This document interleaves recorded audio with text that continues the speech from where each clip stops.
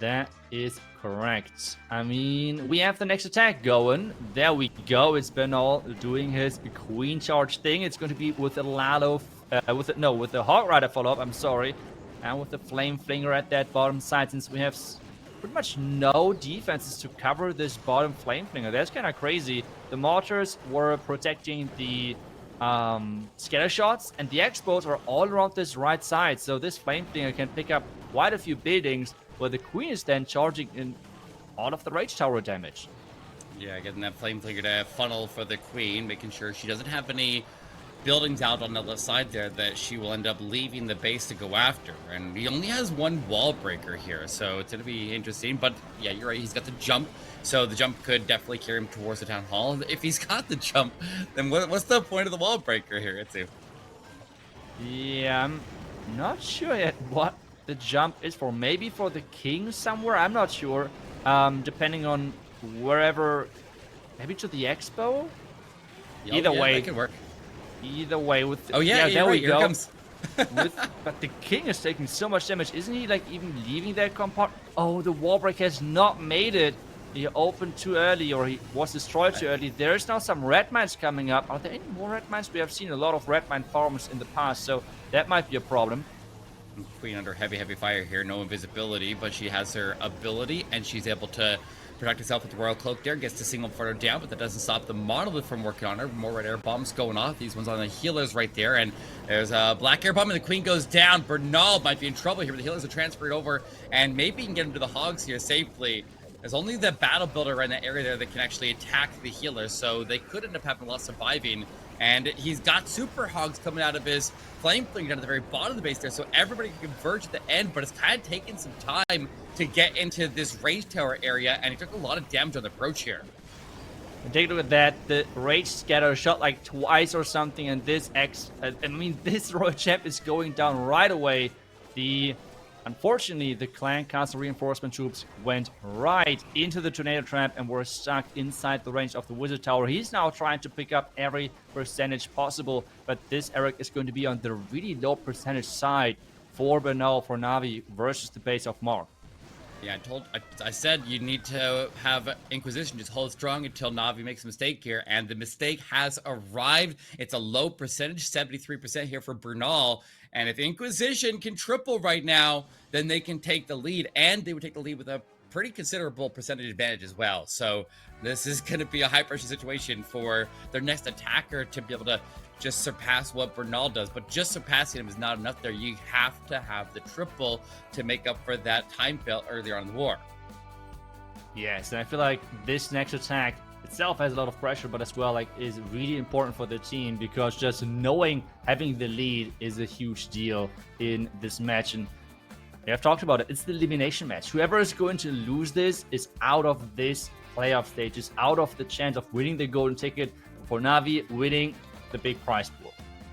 $50,000 of prizing on the line here, and the winner that takes the entire bracket is going to end up going to the World Championship. So 6 teams remain, but by the end of this match here, we narrow that down to 5.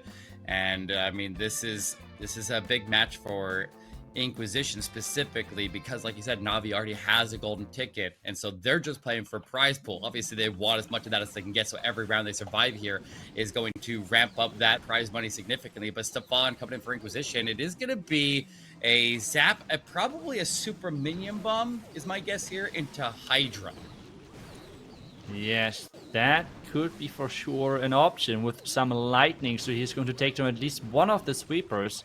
The question now, which one? He has not used the lightning just yet. Maybe I forgot about it. There's no reason to delay it. Oh, okay, there we go with the lightnings. Would you see actually any reason to delay the lightning? Because I don't know, the Clan Castle, you can't really lightning the troops, right? No, there's no reason to delay it there. It's just about managing all the things going on at once there and just finding the time to do it. But he does drop in the super minion bomb. It gets into the core of the base there. It does end up survive. He clones it up there, raises it up, makes it invisible, and he needs the super minions to secure the talent takedown. He did get whatever CC's troops were that were able to be pulled. He pulled them out there. The Dragon's able to fight it. Anything else that was inside goes down with the CC. And now there's not a lot left on the base here, because he also got the defensive row champion off on the left side there. So now his heroes can charge after the defensive queen. The king was on the right side of the base. They already got him out of the way early. So honestly, if the queen and his king can go deal with this defensive queen, if his row champion can make it past that monolith, then he's home free from here. Yeah, the Royal Champion coming in, triggering some skeleton traps, which might be an issue for him. He has still some supportive spells which he can use. Headhunter doing a great job of taking down the defending queen. Royal Champion ability is still intact with the king ability up there as well. And he really needs to make sure that he's somehow tanking the monolith with those barbarians off the king. King ability is going in. But Royal Champion and Diggy are under fire of that monolith. Gonna get past the monolith here with the king. But he's going to lose his royal champion before that happens. Diggy will survive, though. Does he go to the king or to the queen? The queen would be the more beneficial spot to have that Diggy right now. But Diggy steps in, takes the stun as the king goes down. And the queen's on her own, but she has her ability. And there's not a lot of damage left on the base here. And on top of that, because he got all the trash out of the side corner, he actually doesn't have any alternate path for this queen to take, and so she should be able to step right in there, and with an invisibility, it looks like Stefan is going to pull off the triple on this one. I don't see anything that can stop this right now, and that means that Inquisition is going to take the lead above Navi, and he barely even shows any emotion there. Like, I would be cheering out my seat right there if I just got that triple in this moment right here, because that's a huge one to pick up, because that rallies the team there as they start to, well, they have now officially overtaken Navi, and they just got to maintain it now. Yeah, that's the tough task, maintaining it. But I feel like the end of this attack was pretty iconic, with having 3 pets on the queen. Diggy, the unicorn, and Frosty all working alongside with that queen to finish off that base and get the 3-star in the end for Inquisition, for Stefan. And now it's back to Navi. The only thing that they can do in this situation, they have to do to actually have the chance of winning, is 3-starring. Pressuring, again, the other side, because then they are forced to 3-star as well to, well, make sure that the finish of this one is as close as possible. Yeah, I think if my numbers that I've been tracking in my head, they're right, then Navi should be down 25, 26 buildings, right in that range there. So definitely a significant percentage advantage into Inquisition's favor now. And that would mean a big defense in the favor of Navi to be able to swing that percentage back. So big slip up there from Bernal. Definitely put a Navi into a rough spot here.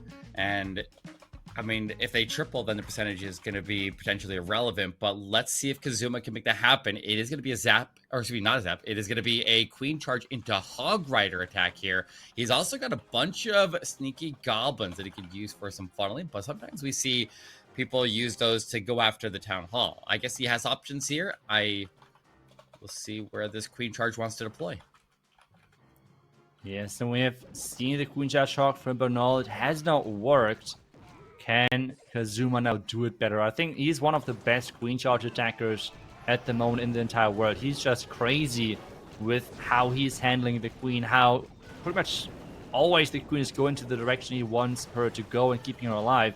Let's hope that I didn't jinx him, but right now, charging his queen to the Royal Champ compartment, and there's going to be a lot of damage on her.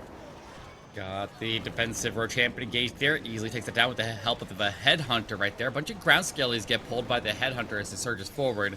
And getting those out of the way a little bit early there is definitely helpful. But the queen powers past the ground skellies, steps her way in. There's a rage tower active, so he does decide to go invisible and almost ends up going to ability that the queen was very close to being forced down. But he does keep her alive, and he keeps charging forward here. He's got a handful of super wall breakers so that he can get into the base there with, and I am a little bit concerned about that multi-infernal side of the base, but he does have the sweeper kind of knock his back and put them at a wider angle so they could round around the multi-inferno and stay safe. But there's the CC pull, Flameflicker still moved up top, and the king is doing some work down south as he goes to Phoenix.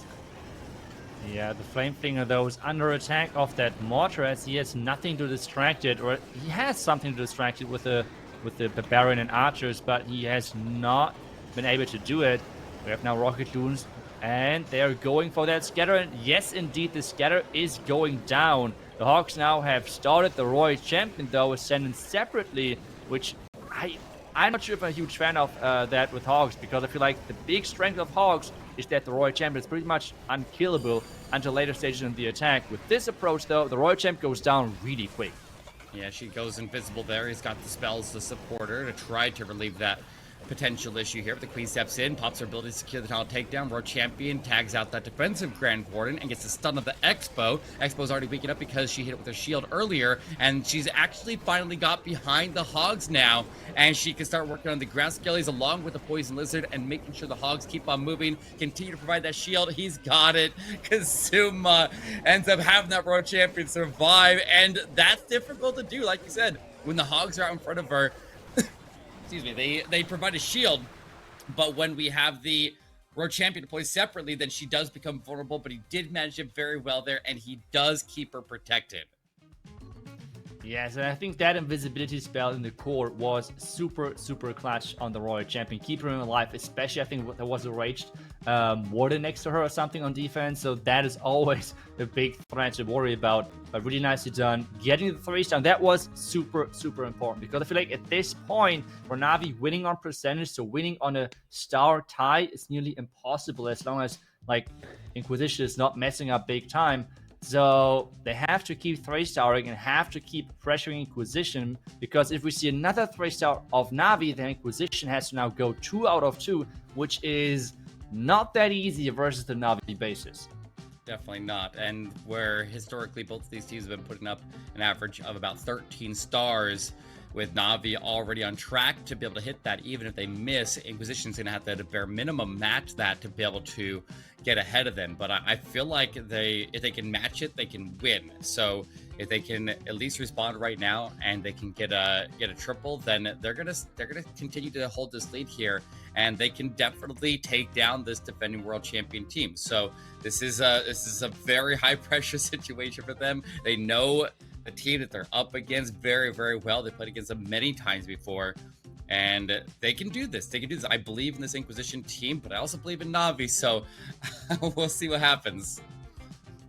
Yeah, believing in both teams. And now the question is, which of those teams is having the bigger nerve issue at the moment, with the stress coming online and really, really stressing out about some of those bases? Because even though, yes, the attackers who are taken later in the match have more time to plan, this doesn't always mean that it's like the safer attacks or the better attacks, because this is a lot of times bases which are really annoying to plan on, and those are the bases where the attackers might not have a plan versus this specific base. So attacking late is not always good versus the super annoying and frustrating bases in general. But Fabian is in with I think it was a zap, no, hero dive, Skelly Donut Lado, and heroes already got some great value.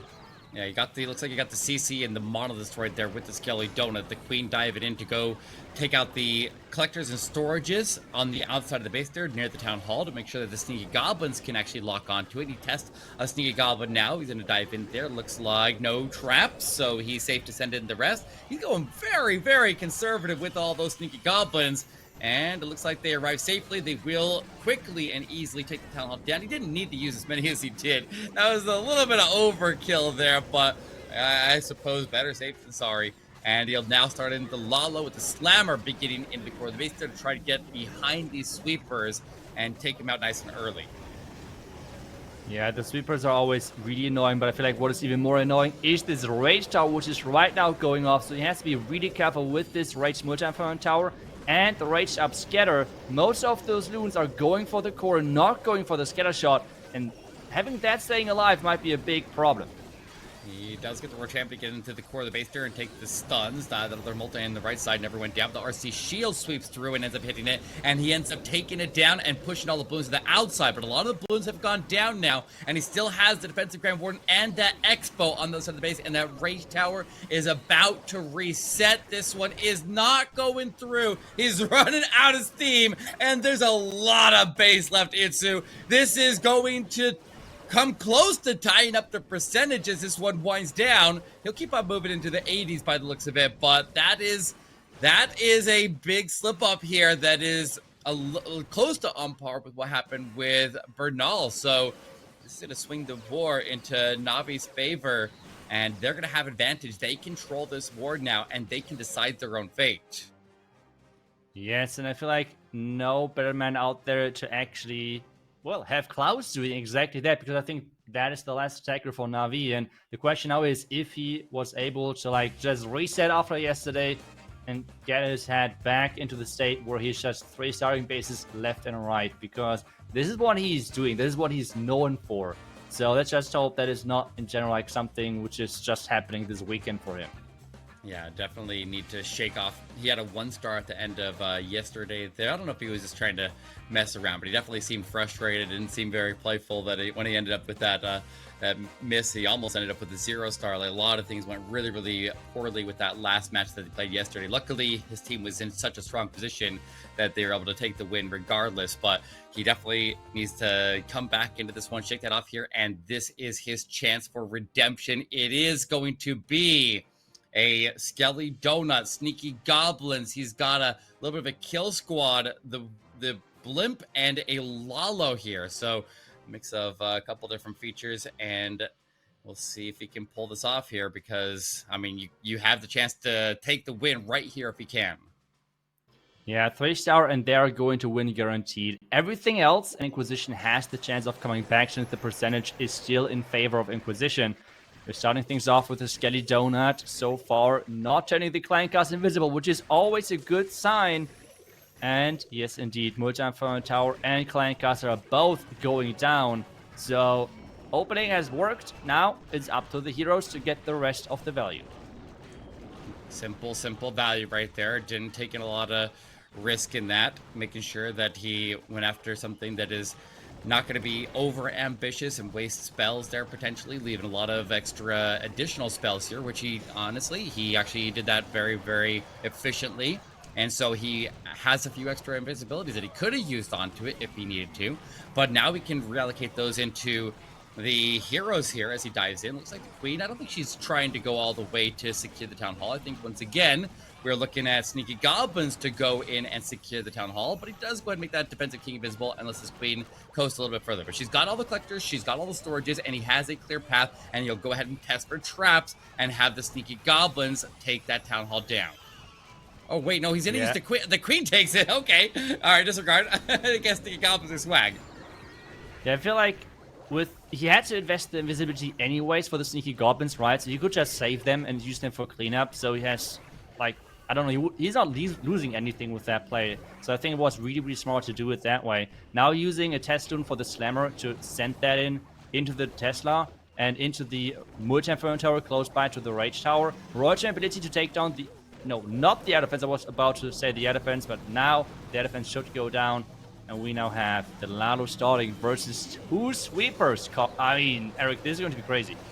Yeah, but he does get a bunch of blues drop out of that Slammer now. They're going to knock back by the sweeper.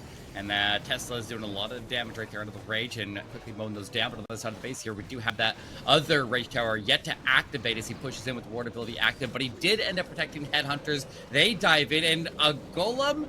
He used a Golem. Oh, I like that. The Golem actually forces the shots from the scatter shot to the ground, and the scatter shot cannot hit air and ground troops at the same time. So a Golem tanking for Lalo instead of a Lava Hound is completely out of the ordinary. But I like that. That's an extra flare on the attack here, and it's working. Klaus able to get the blues through the base there. He clutches the triple. He's overwhelming it. And ladies and gentlemen, Navi is taking this lower bracket victory and surviving the lower bracket with a 14-star performance. Love to see it, and I love the creativity with that extra goal at the end.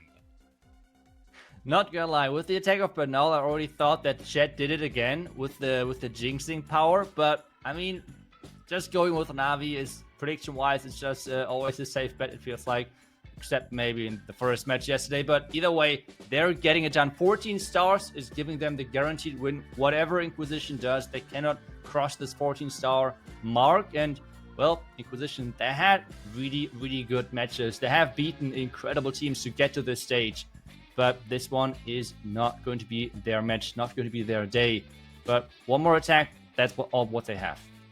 Absolutely, and Inquisition still would have percentage advantage. So if Klaus ended up missing that by even a building, then Inquisition's last attack would have been the one that would decide the war. So I'm always curious, when we go to this final set of attacks, when we have the win locked in on one side, if the plan would have been good enough there, or if Navi was going to be fated to win it the whole time here. So let's see what Inquisition has. Let's see what the final attack looked like there, and then we can just dream to see if they ever had a chance in the first place to actually take this win. So here we go, Itsu. It is going to be Mark. Mark is a phenomenal attacker, and he's sending in a bit of a zap and recall queen charge with Hydra. Okay, that's a lot of spells combined right there. And he's starting things off with that queen. Going for the air defense, maybe going even for the scatter shot, but there's going to be a lot of damage. Either queen ability or... Okay, or just a phrase. That works as well. But with the ground expo, yep, he is going to need a rage right there. And that is a pretty heavy investment. Definitely is. The lightning that you can see used in the core of the base there, it looks like he used 4 lightning and a quake, which was enough to take out the spell tower in the core of the base there and both of the sweepers. And a lot of times in these box bases, the sweepers are both facing the eagle artillery, so that could definitely indicate that he's getting ready to push the Hydra in through the eagle artillery, which would make sense there. It's a double poison tower base here from Gaku, and it looks like he does get the air defense down to the very bottom of the base there with some rocket blues. The queen pushing safely along the top side of the base there. No threats for her, and that means his remaining spells here could definitely go to working with the dragons, or maybe he kind of needs that rage to be used on the blimp to make sure that town hall goes down. Yes, that's for sure an option as well, depending on whatever he's having in there, and if there's a tornado trap close by around that town hall. So far, the blimp is flying nicely, red mines are popping up, and there is loons, and yes, indeed, he is going to use that rage right there to have the Yetis taking down the multi-inferno tower, which would be out of reach of that queen, but the expos are untouched and staying alive. One of the expos, I think, is set to ground. The top one's set to air here, but he does get the dragons to move most of the way through the bottom of the base there, but they missed that multi-inferno. It's looking like it's working on the board right now. Shouldn't be a problem for the world champion to step back in there and deal with, but it will deal some excess damage there in the meantime. King on the outside of the base there, able to get some tanking for the world champion, and she does continue to move across, ability intact, and he has an invisibility as well, so not looking too bad here, but we got to keep it in the queen because she's under mono fire right now, and the storages are slowing her approach, but the archers are giving her some cover here, too. Yes, the archers are giving some cover with the invisibility spell. He's able to keep her alive. The Diggy stun is saving that royal champion. And Eric, you were wondering if the plan would have been good enough to save Inquisition in this match. And the answer would have been probably yes. Yeah, this is going through. This is going through, and that is painful to see there, because if they were able to stop any of Navi's players from tripling there, then they would have had the percentage advantage going into this attack. They're going to end it at a 96.2 compared to Navi's 94.6, and that means that with 3 seconds to spare there, Mark pulls through and parks them at 13 stars, but Navi outperformed today at 14 stars. They're taking the win on this one.